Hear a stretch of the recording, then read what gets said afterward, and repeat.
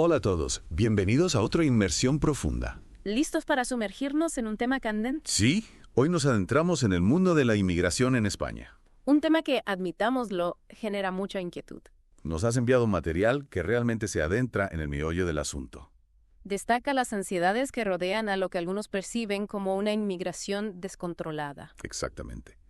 Queremos analizar esos miedos, explorar los argumentos. Y ayudarte a formarte tu propia opinión. ¿Por dónde empezamos? Bueno, el material no se anda con rodeos, ¿verdad? Presenta una perspectiva muy específica. Sí, definitivamente. Y nuestro objetivo hoy es desmenuzar esos argumentos. Empecemos por el principio. El material habla de una creciente preocupación entre los españoles. Una sensación de alarma, ¿verdad? Exactamente. Impulsada por lo que considera una cobertura mediática sesgada. Y también por las agendas de ciertos grupos políticos. Incluso cuestiona las narrativas de los medios de comunicación tradicionales. Sugiere que podrían estar creando una brecha entre la percepción pública y la realidad. Un punto interesante, ¿no crees? Sin duda. Y el material reconoce que algunos podrían tachar estas preocupaciones de alarmistas, Atribuyéndolas a la influencia de ideologías de derecha. Me gustaría hacer una pausa aquí y preguntar a nuestros oyentes. ¿Comparten esa preocupación? Han notado ansiedades similares en su entorno. Es crucial reflexionar sobre cómo los medios de comunicación y el discurso político influyen en la opinión pública. Totalmente de acuerdo. Debemos analizar críticamente la información que consumimos. Y considerar los posibles sesgos. Sin duda. Pasemos ahora a la postura del autor sobre la inmigración. Es un punto de vista bastante matizado. Reconoce que la inmigración puede ser positiva. Pero Ahí está el pero. cree firmemente en lo que él llama inmigración controlada. ¿Y qué significa eso exactamente? Esencialmente, comprender quién entra al país Sus intenciones. y su disposición a integrarse en la cultura española, El autor subraya que los recién llegados deben adaptarse, a las normas culturales y leyes españolas. respetando las dinámicas sociales existentes. La integración cultural es un tema central en su argumento. Si ampliamos la perspectiva, vemos debates similares en todo el mundo. La integración cultural es un proceso complejo. Y cada sociedad la aborda de manera diferente. Exacto. Esto nos lleva a la raíz de las ansiedades del autor. El miedo a lo que él llama desborde. Una afluencia abrumadora de migración. Utiliza un lenguaje bastante gráfico para describirlo Habla de desborde de fronteras, y de la creación de una sociedad paralela. resaltando la preocupación por la entrada de delincuentes de prisiones abiertas La posibilidad de que terroristas potenciales se infiltren. y la erosión gradual de la identidad nacional. Son preocupaciones serias. Para aterrizar estas cuestiones, el autor utiliza ejemplos cotidianos. Algo que todos podemos comprender. Habla de contratar a una niñera o a un camionero. Y la importancia de verificar sus antecedentes. Es una forma inteligente de hacer que el tema sea más personal. Conecta estos escenarios con la necesidad de control. De saber quién entra en nuestros espacios. Y argumenta que la misma lógica debería aplicarse a las fronteras nacionales. Entonces, introduce un concepto bastante provocador.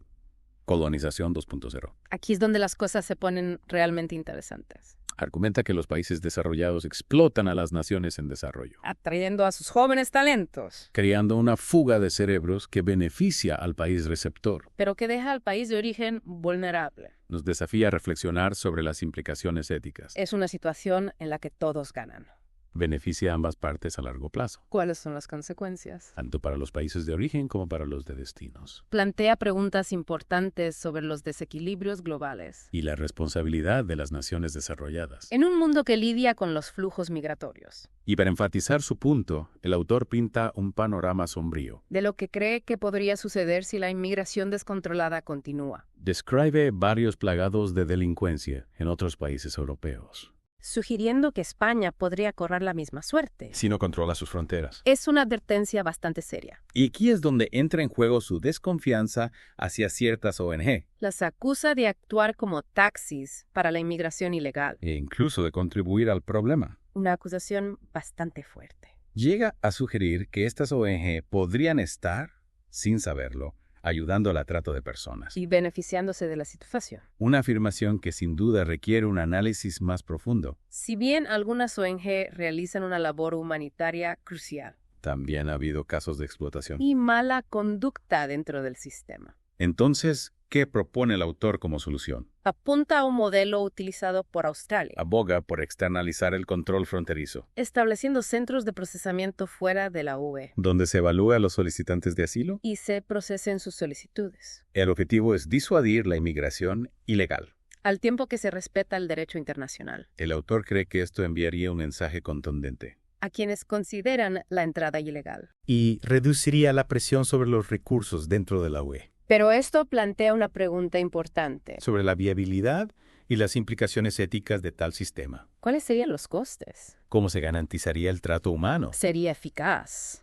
Claramente, este es un tema complejo. Sin respuestas fáciles Los argumentos del autor generan muchas preguntas. y reflexiones. No has cubierto mucho terreno. Es importante tomarse un momento para procesar todo esto. ¿Qué te llama la atención? ¿Qué resuena contigo? Continuaremos con esta inmersión profunda en la siguiente parte Exploraremos las soluciones propuestas con más detalle. y examinaremos las posibles consecuencias de la inmigración descontrolada. No te lo pierdas. Retomando nuestra conversación sobre la inmigración en España, la propuesta del autor, ¿te acuerdas? Externalizar el control fronterizo. Basándose en el modelo australiano. Exacto. Busca trasladar la responsabilidad del procesamiento de las solicitudes de asilo. Fuera de las fronteras europeas. Ajá. La idea es que si los migrantes saben que llegar a Europa no les garantiza la entrada. Desincentivaría los intentos de entrada ilegal. Eso es. Pero este modelo australiano, como lo llama, no está exento de controversia. Claro, hay muchas críticas al respecto. Se ha debatido mucho, especialmente en relación con los derechos humanos. Y la posibilidad de detenciones indefinidas en esos centros. Exacto. Detenciones en esos centros de procesamiento extraterritoriales. El autor sí reconoce estas críticas, ¿no? Sí, las menciona. Pero argumenta que el sistema se adheriría al derecho internacional. Priorizando la seguridad y el bienestar de los solicitantes de asilo. Un punto importante a considerar. ¿Crees que un sistema así podría funcionar? Implementarse de manera ética y eficaz. Habría que pensar en las garantías para proteger los derechos de los solicitantes. Sin duda. Es un tema complejo. El autor parece convencido de que es un paso necesario Para retomar el control de la inmigración. y evitar lo que él ve como un posible colapso social. Un colapso que podría resultar de una inmigración descontrolada. Pinta un panorama bastante distópico, ¿verdad? Sí, utiliza imágenes bastante fuertes. Describe un futuro con delincuencia desenfrenada Cohesión social hecha añicos. y erosión de la identidad nacional. Es una advertencia seria. No hay duda de que el autor siente mucha pasión por este tema, Claro. pero podríamos estar pasando por alto otras perspectivas. Es posible. A veces, al enfocarnos en una sola narrativa. Perdemos de vista otros matices, Exacto. Es importante recordar que esta es solo una perspectiva. una interpretación de un tema complejo, Debemos considerar otros puntos de vista. sopesar los costos y beneficios de diferentes enfoques. Por ejemplo, se ha considerado la posibilidad de invertir en los países de origen.